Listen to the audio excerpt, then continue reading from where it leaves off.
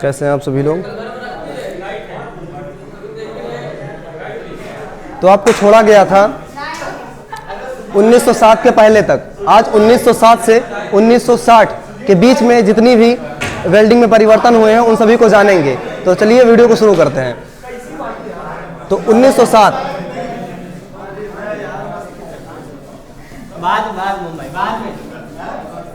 1907 ईस्वी, फिर 1919 1919 ईस्वी, 1930 ईस्वी, 1930 ईस्वी, 1940 ईस्वी, ईस्वी सन 1940। उसके बाद में 1948,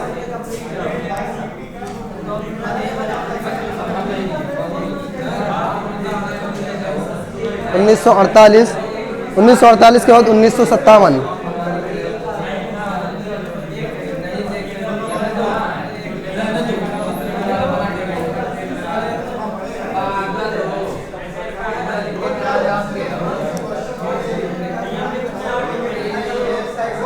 तो सबसे पहले देखेंगे कि 1907 ईस्वी में क्या हुआ था। तो इलेक्ट्रोड का विकास आपको पहले पिछली वीडियो में बताया गया था कि इलेक्ट्रोड जो है वो 1890 ईस्वी में इसका प्रयोग किया गया, लेकिन इसका जो आगे विकास हुआ वो 1907 ईस्वी में हुआ। तो 1907 से हम 1960 तक का जितना सफ़र है इस वीडियो में देखेंगे, जैसा कि आपको पहले वीडियो में बता दिया गया था। तो 1907 ईस्वी में इलेक्ट्रोड का विकास हुआ। थोड़ा थोड़ा लिखेंगे। इलेक्ट्रोड का विकास, ठीक, इलेक्ट्रोड का विकास।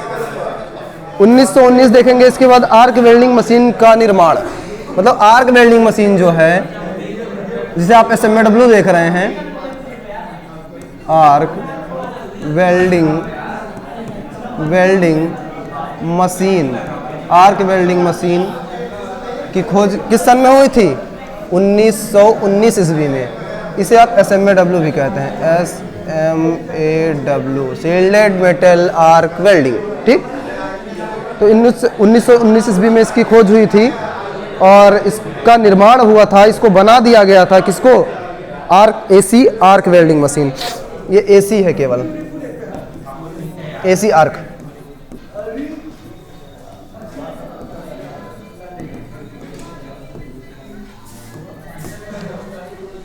AC arc welding machine.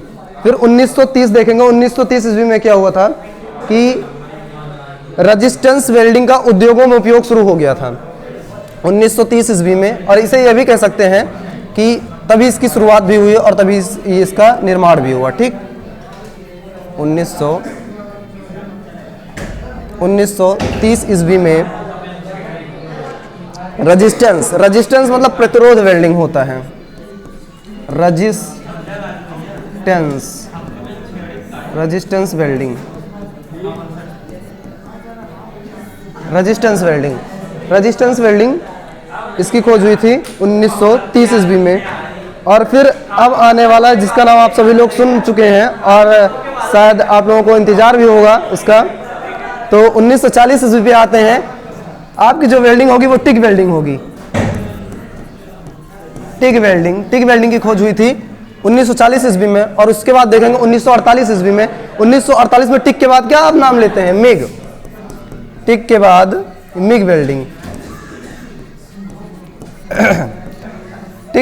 MiG welding. तो टिक वेल्डिंग की खोज हुई थी 1940 ईस्वी में और मिग वेल्डिंग की खोज हुई थी 1948 ईस्वी में, ठीक है।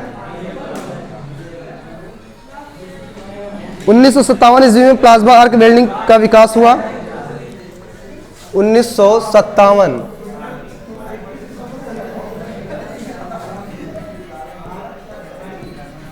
Plasma arc welding. Plasma arc welding का विकास हुआ 1957 ईस्वी में, और 1960 के बाद अब देखेंगे 1960 के बाद क्या हुआ। स्क्रीनशॉट लेना चाहें तो ले लें।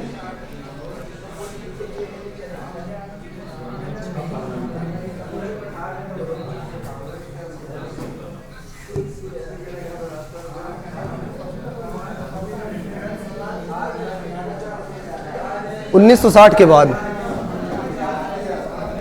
1960 तक तो आपको बता दिया गया 1960 तक। 1960 के बाद का जो सफ़र है उसमें क्या हुआ आपको कहा गया था कि वीडियो में 1960 तक बताया जाएगा, तो 1960 के पहले 1907 से 1960 के बीच का आपको बता दिया गया। अब 1960 जो है उसमें क्या हुआ था, 1960 के बाद का जो समय है उसमें ऑटोमेटिक वेल्डिंग और रोबोटिक वेल्डिंग का विकास हुआ, जिसे ऑटोमेटिक वेल्डिंग, लेज़र वेल्डिंग भी उसमें आ जाएगी।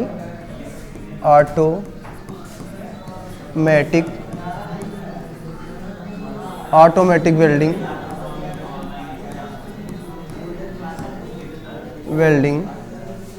रोबोटिक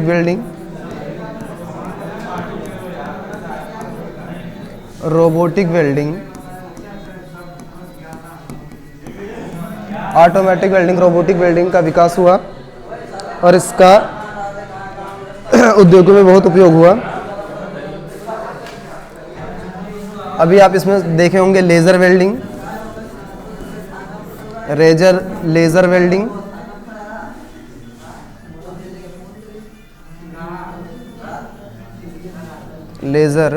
वेल्डिंग,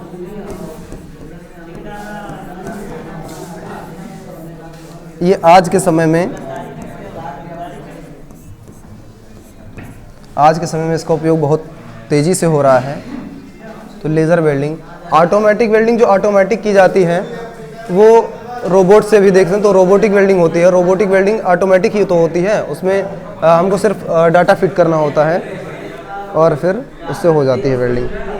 सिर्फ इंस्ट्रक्शन देखना होता है, इंस्ट्रक्शन दे दो, उसको इंस्ट्रक्ट कर दो और वो अपना काम कर देगी।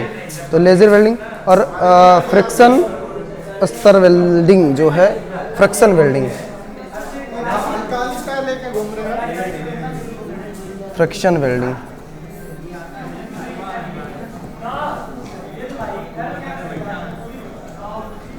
तो अभी आप देख चुके हैं वेल्डिंग का इतिहास, इतने से आपका क्वेश्चन मिल जाएगा और सभी जगह पे इससे ज़्यादा क्वेश्चन आपका आना नहीं है कहीं पे।